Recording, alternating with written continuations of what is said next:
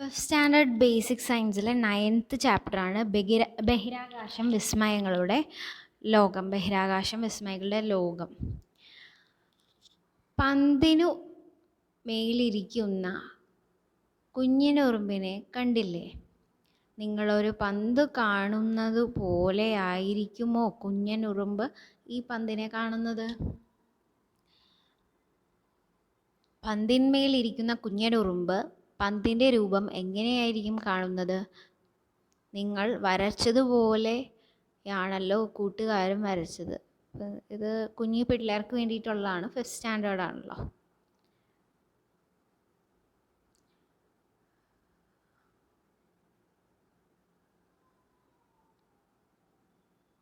നമുക്ക് വേണ്ട. പന്ത് വലുതാകുന്തോറും കുഞ്ഞിനുറുമ്പിന് അത് കൂടുതൽ പരക്കുന്നതായി തോന്നുന്നു. അപ്പോൾ ഇതിൻ്റെ അവസാനം തന്നെ ഉദ്ദേശിക്കുന്നത് എന്താണെന്ന് വെച്ചാൽ, പന്ത് വലുതാകുന്തോറും കുഞ്ഞിനുറുമ്പിന് അത് കൂടുതൽ പരക്കുന്നതായി തോന്നുന്നു. ഭൂമി ഒരു വലിയ ഗോളമാണെന്ന് നമുക്കറിയാം. ഭൂമിയുടെ ഗോളാകൃതി നിങ്ങൾ കണ്ടിട്ടുണ്ടോ? ഈ വലിയ ഗോളാകൃതിയിലിരിക്കുമ്പോൾ നമ്മളും കുഞ്ഞിനുറുമ്പിനെ പോലെ ചെറുതല്ലേ? അതിനാൽ ഭൂമിയുടെ ഗോളാകൃതി നാം എങ്ങനെ കാണാൻ അല്ലേ? എങ്കിൽ ഭൂമിയുടെ ഗോളാകൃതി നേരിൽ കാണാൻ എന്താണ് മാർഗം? ഭൂമിയുടെ ഗോളാകൃതി നേരിൽ കാണാൻ ആദ്യമായി അവസരം ലഭിച്ചത് ആർക്കായിരിക്കും? ഭൂമിയിൽ നിന്ന് ഒരുപാട് ഉയരത്തിൽ പോയ വ്യക്തിക്കാവില്ലേ? യൂറി ഗഗറിനാണ് ഈ വ്യക്തി. ആ വ്യക്തി ആരാണ്? യൂറി ഗഗറിൻ. യൂറി ഗഗറിനാണ് ആ വ്യക്തി. ബഹിരാകാശ യാത്ര നടത്തിയാണ് ഗഗറിൻ ഈ കാഴ്ച ആദ്യമായി കണ്ടത്. ബഹിരാകാശം, സ്പേസ്. ഭൂമിയിൽ നിന്നും മേലോട്ട് നോക്കുമ്പോൾ നാം എന്തെല്ലാമാണ് കാണുന്നത്?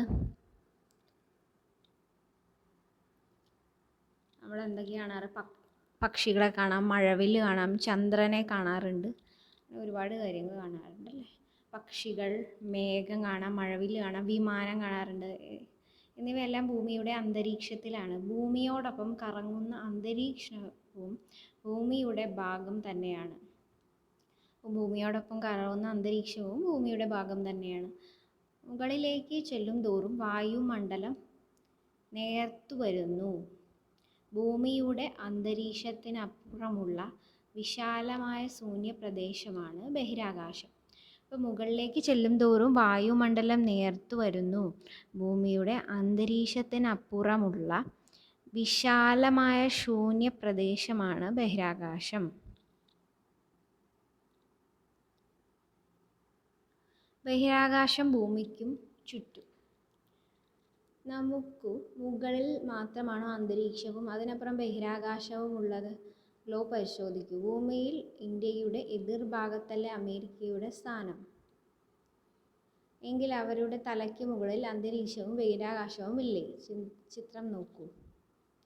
ഭൂമിക്ക് ചുറ്റും ബഹിരാകാശമുണ്ട്. ഭൂമി ബഹിരാകാശത്തിലെ അനേകം കോടി ഗോളങ്ങളിൽ ഒന്ന് മാത്രമാണ്. ബഹിരാകാശത്ത് ഭൂമിയുടെ ഏറ്റവും അടുത്തുള്ള ആകാശഗോളം ചന്ദ്രനാണ്. ബഹിരാകാശഗോളങ്ങളിൽ എത്ര എണ്ണത്തിൻ്റെ പേര് നിങ്ങൾക്കറിയാം? ശാസ്ത്ര പുസ്തകത്തിൽ അത് നമുക്ക് അറിയാവുന്ന കാര്യങ്ങളാണ്. ഭൂമി, ചന്ദ്രൻ, സൂര്യൻ, ചൊവ്വ. മനുഷ്യൻ്റെ ആദ്യ ബഹിരാകാശ യാത്ര 1961 ഏപ്രിൽ 12 സോവിയറ്റ് യൂണിയൻ്റെ വൊസ്റ്റാക് 1 എന്ന ബഹിരാകാശ പേടകമാണ് ആദ്യ ബഹിരാകാശ സഞ്ചാരിയായ യൂറി ഗഗറിനെ ബഹിരാകാശത്ത് എത്തിച്ചത്. മനുഷ്യനെ മാത്രമല്ല, ശാസ്ത്ര പഠനങ്ങൾക്കായി ജീവികൾ, ഒട്ടേറെ ഉപകരണങ്ങൾ എന്നിവയും നാം ബഹിരാകാശത്ത് എത്തിക്കാറുണ്ട്. ബഹിരാകാശവുമായി ബന്ധപ്പെട്ട ചില കാര്യങ്ങൾ നിങ്ങൾക്ക് മനസ്സിലായല്ലോ. അപ്പോൾ ഒരു കൺസെപ്റ്റ് മാപ്പ് കൊടുത്തിട്ടുണ്ട്. ബഹിരാകാശം, ഇപ്പോൾ ബഹിരാകാശത്തിന് സവിശേഷതകൾ എന്താണ്? വായു ഇല്ല. ബഹിരാകാശ ഗോളങ്ങൾ, ഗ്രഹങ്ങൾ, നക്ഷത്രങ്ങൾ, ഉപഗ്രഹങ്ങൾ ചോദിച്ചിട്ടുണ്ട്.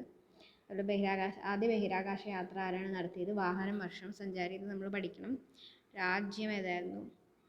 അടുത്തത് നോക്കിയാൽ മതി. കൃത്രിമ ഉപഗ്രഹങ്ങൾ, ആർട്ടിഫിഷ്യൽ സാറ്റലൈറ്റ്സ്. വിവിധ ആവശ്യങ്ങൾക്കായി മനുഷ്യർ ബഹിരാകാശത്തേക്ക് അയക്കുന്ന ഉപകരണങ്ങളടങ്ങിയ പേടകങ്ങളാണ് കൃത്രിമ ഉപഗ്രഹങ്ങൾ. ഇന്ന് പല രാജ്യങ്ങളുടേതായി ആയിരക്കണക്കിന് ഉപഗ്രഹങ്ങൾ ഭൂമിയെ ചുറ്റുന്നു. എന്തൊക്കെയാണ് ഇവയുടെ ഉപയോഗങ്ങൾ? താഴെ കൊടുത്തുന്ന ചിത്രീകരണം നിരീക്ഷിച്ച് ശാസ്ത്ര പുസ്തകത്തിൽ എഴുതും. ഒന്ന്, ഒരു സാറ്റലൈറ്റ് എന്തിനൊക്കെയാണ് നമ്മൾ യൂസ് ചെയ്യണമെന്ന് കൊടുത്തേക്കണം. മത്സ്യസമ്പത്ത് കണ്ടെത്തൽ, കാലാവസ്ഥാ പഠനം, ഭൂവിഭവങ്ങൾ, പെട്രോളിയം, ധാതു ലവണങ്ങൾ കണ്ടെത്താൻ ഉപയോഗിക്കാറുണ്ട്. വനഭൂമികൾ, തണ്ണീർത്തടങ്ങൾ എന്നിവയെക്കുറിച്ചുള്ള പഠനത്തിന് ഉപയോഗിക്കാറുണ്ട്. വാർത്താവിനിമയം, TV, radio, mobile phone, internet ഇതിനൊക്കെ വേണ്ടിയിട്ട് നമ്മൾ സ്ഥിരം ഉപയോഗിക്കുന്നതാണ് വാർത്താവിനിമയം. TV, radio, mobile phone, internet ഒക്കെ യൂസ് ചെയ്യാറുണ്ട് സാറ്റലൈറ്റ് വഴി. പിന്നെ കര, സമുദ്ര, വ്യോമ ഗതാഗതങ്ങൾക്ക് മാർഗനിർദ്ദേശങ്ങൾ നൽകൽ. അതേപോലെ ബഹിരാകാശ ഗവേഷണത്തിന് വേണ്ടിയിട്ട് യൂസ് ചെയ്യാറുണ്ട് സാറ്റലൈറ്റ്സ്. സൈനിക പ്രതിരോധ പ്രവർത്തനങ്ങൾക്ക് യൂസ് ചെയ്യാറുണ്ട്. ഇനി ബഹിരാകാശ വാരം 1957 ഒക്ടോബർ 4-ന് സോവിയറ്റ് യൂണിയൻ വിക്ഷേപിച്ച സ്പുട്നിക് 1 ആണ് ആദ്യത്തെ കൃത്രിമ ഉപഗ്രഹം. ഇതിൻ്റെ വിക്ഷേപണത്തോടെയാണ് ബഹിരാകാശ യുഗം ആരംഭിക്കുന്നത്. അന്താരാഷ്ട്ര തലത്തിൽ ഒക്ടോബർ 4 മുതൽ 10 വരെ ബഹിരാകാശ വാരമായി ആചരിക്കുന്നു. 1957 ഒക്ടോബർ 4-ന് നടന്ന സ്പുട്നിക് 1 വിക്ഷേപണത്തിൻ്റെയും 1959 ഒക്ടോബർ 10-ന് നടന്ന അന്താരാഷ്ട്ര ബഹിരാകാശ സമാധാന ഉടമ്പടിയുടെയും ഓർമ്മയ്ക്കായാണ് ഈ വാരാചരണം നടക്കുന്നത്. ഇന്ത്യയുടെ ബഹിരാകാശ ഏജൻസിയായ ISRO ഓരോ വർഷവും ഈ വാരാചരണവുമായി ബന്ധപ്പെട്ട് സ്കൂൾ വിദ്യാർത്ഥികൾക്കായി വിപുലമായ മത്സരങ്ങൾ നടത്താറുണ്ട്.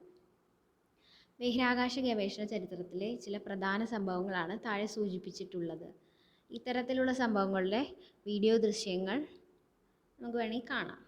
ആര്യഭട്ട ഇന്ത്യയുടെ ആദ്യത്തെ കൃത്രിമ ഉപഗ്രഹമാണ്. ഇന്ത്യയുടെ ആദ്യത്തെ 1975 വർഷം.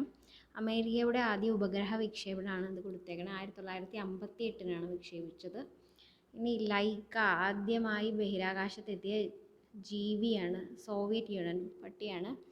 ലൈക്ക എന്ന് പറഞ്ഞ ഡോഗാണ് ആദ്യമായി ബഹിരാകാശത്തെത്തിയ ജീവി. സോവിയറ്റ് യൂണിയൻ 1957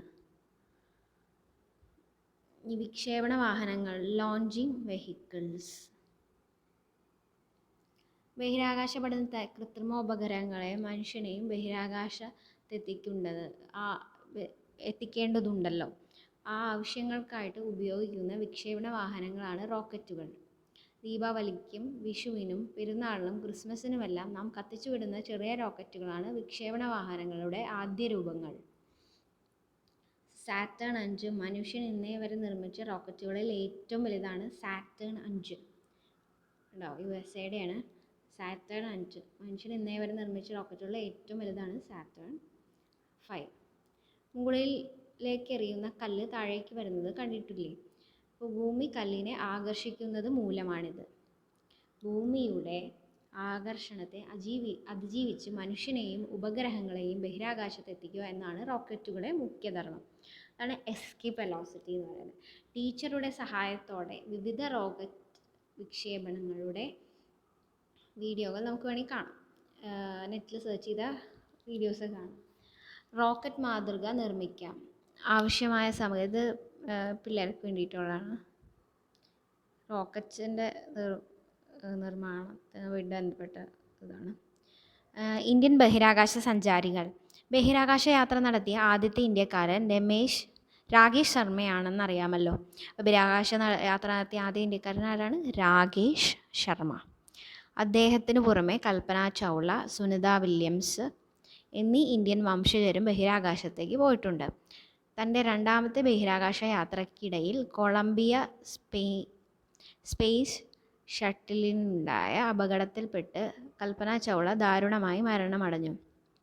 അപ്പോൾ രണ്ടാമത്തെ ബഹിരാകാശ യാത്രയ്ക്കിടയിൽ കൊളംബിയ സ്പേസ് ഷട്ടിലിനുണ്ടായ അപകടത്തിൽപ്പെട്ട് കൽപ്പന ചൗള ദാരുണമായി മരണമടഞ്ഞു. സുനിത വില്യംസ് രണ്ട് ലോക റെക്കോർഡുകളുണ്ട്. ഇതുവരെ ബഹിരാകാശത്ത് ഏറ്റവും കൂടുതൽ സമയം കഴിച്ചുകൂട്ടിയ വനിത, അതേപോലെ തന്നെ ബഹിരാകാശത്ത് ഏറ്റവും കൂടുതൽ സമയം നടന്ന വനിത എന്നിവയാണ് ആ റെക്കോർഡുകൾ. സുനിത വില്യംസിനുള്ള 2 ലോക റെക്കോർഡുകളാണ്. ഒന്ന്, ബഹിരാകാശത്ത് ഏറ്റവും കൂടുതൽ സമയം കഴിച്ചുകൂട്ടിയ വനിത, ബഹിരാകാശത്ത് ഏറ്റവും കൂടുതൽ സമയം നടന്ന വനിത എന്നിവയാണ് ആ റെക്കോർഡുകൾ. ഇതാണ് രാകേഷ് ശർമ്മ, കൽപ്പന ചൗള, സുനിത വില്യംസ് പിക്ചർ കൊടുത്തിട്ടുണ്ട്. ബഹിരാകാശ അത്ഭുതങ്ങളുടെ ലോകം. സുനിത വില്യംസ്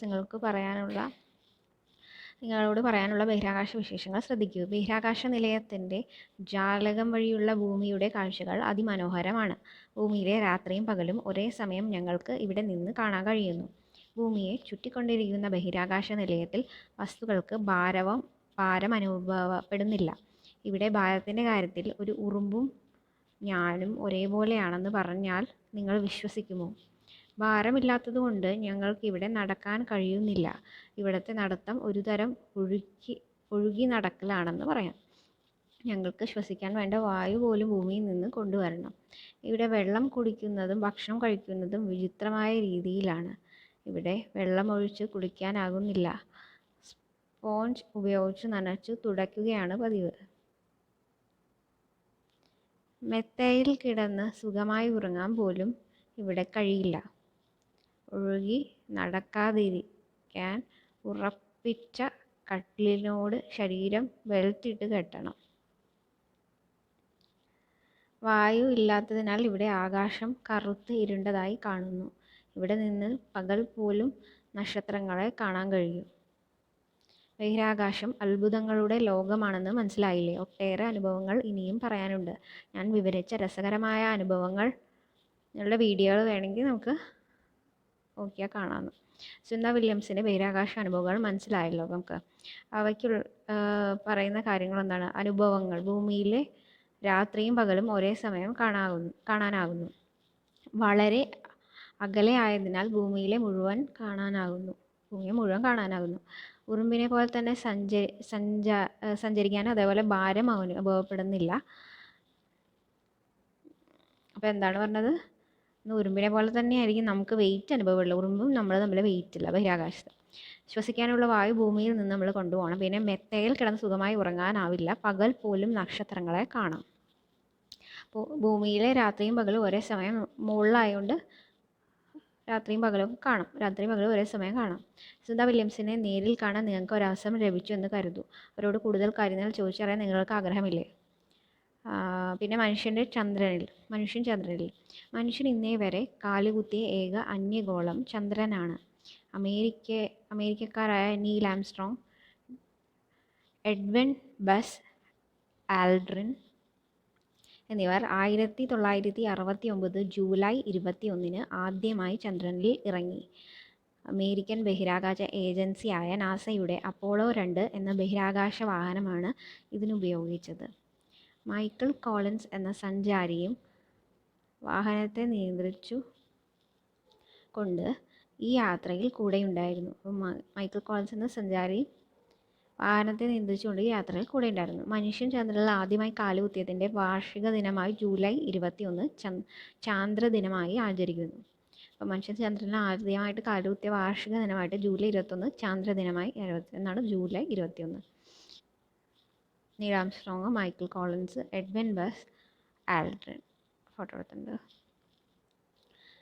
ആദ്യ ചന്ദ്രയാത്രയ്ക്ക് ശേഷം വീണ്ടും 5 തവണ മനുഷ്യൻ ചന്ദ്രനിൽ പോയി തിരിച്ചു വന്നിട്ടുണ്ട്. ചന്ദ്രയാത്രയുടെ വീഡിയോകൾ നമുക്ക് വേണമെങ്കിൽ കാണാം. പിന്നെ ബഹിരാകാശ രംഗത്ത് ഇന്ത്യയും ബഹിരാകാശ ഗവേഷണ രംഗത്ത് അതിവേഗം മുന്നേറിക്കൊണ്ടിരിക്കുകയാണ്. നമ്മുടെ ബഹിരാകാശ ഗവേഷണ ഏജൻസിയായ ISRO ആണ് ഇതിന് നേതൃത്വം നൽകുന്നത്. നമ്മുടെ ബഹിരാകാശ പദ്ധതികൾക്ക് തുടക്കമിട്ട വിക്രം സാരാഭായ് ഇന്ത്യൻ ബഹിരാകാശ പദ്ധതിയുടെ പിതാവ് എന്നറിയപ്പെടുന്നു. അപ്പോൾ നമ്മുടെ ബഹിരാകാശ പദ്ധതികൾക്ക് തുടക്കമിട്ട വിക്രം സാരാഭായ് ഇന്ത്യയുടെ ബഹിരാകാശ പദ്ധതിയുടെ പിതാവ്. അപ്പോൾ വിക്രം സാരാഭായ് ആണ് ഇന്ത്യയുടെ ബഹിരാകാശ പദ്ധതിയുടെ പിതാവ്.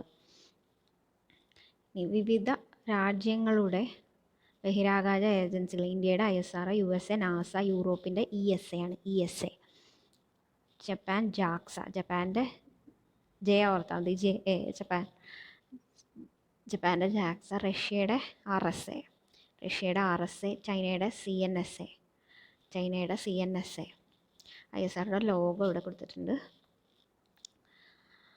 ആദ്യകാലത്ത് നമ്മുടെ ഉപഗ്രഹങ്ങൾ വിദേശ സഹായത്തോടെ വിക്ഷേപിച്ചിരുന്നത്. എന്നാൽ ഉപഗ്രഹം വിക്ഷേപണ രംഗത്ത് വിസ്മയാവഹമായ ഒരു മുന്നേറ്റമാണ് ഇന്ന് PSLV, GSLV റോക്കറ്റുകളുടെ സഹായത്തോടെ നാം നേടിയിരിക്കുന്നത്. വിവിധ ആവശ്യങ്ങൾക്കായി ഒട്ടേറെ ഉപഗ്രഹങ്ങൾ നമ്മൾ വിക്ഷേപിച്ചിട്ടുണ്ടല്ലോ. അവയുടെ ധാരാളം സേവനങ്ങൾ നമുക്കിന്ന് ലഭിക്കുന്നുണ്ട്. അവ എന്തെല്ലാമാണെന്ന് ചിത്രങ്ങൾ നിരീക്ഷിച്ച് നമുക്ക് മനസ്സിലാക്കാം. ഒന്ന് ഇതാണ് ടെലിവിഷൻ, മൊബൈൽ ഫോൺ. ഇൻസാറ്റ് കണ്ടോ, സാറ്റലൈറ്റിൻ്റെ പടം കൊടുത്തിട്ട് ടെലിവിഷൻ, മൊബൈൽ ഫോൺ, ഇൻ്റർനെറ്റ്. പിന്നെ IRS പടം കൊടുത്തിട്ട് ഭൂവിഭവങ്ങൾ, കാലാവസ്ഥാ പഠനം, മത്സ്യബന്ധനം. ഭൂവിഭവങ്ങൾ, കാലാവസ്ഥ പഠനം, മത്സ്യബന്ധനം.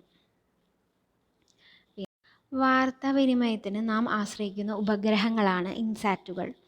ഭൂവിഭവ പഠനം, കാലാവസ്ഥാ പഠനം തുടങ്ങിയ ആവശ്യങ്ങൾക്ക് ഉപയോഗിക്കുന്നവയാണ് IRS ഉപഗ്രഹങ്ങൾ.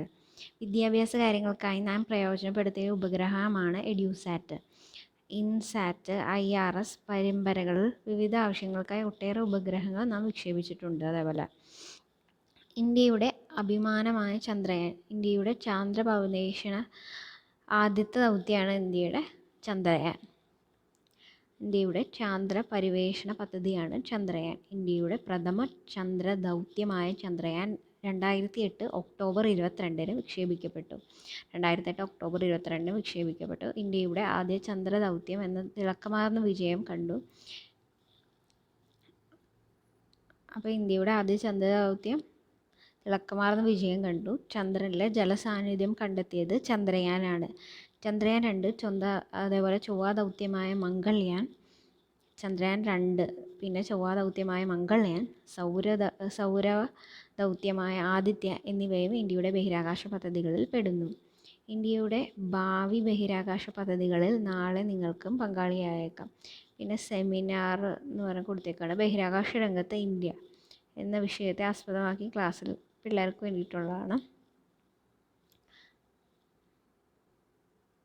അത്രയേ ഉള്ളൂ ഈ ചാപ്റ്റർ.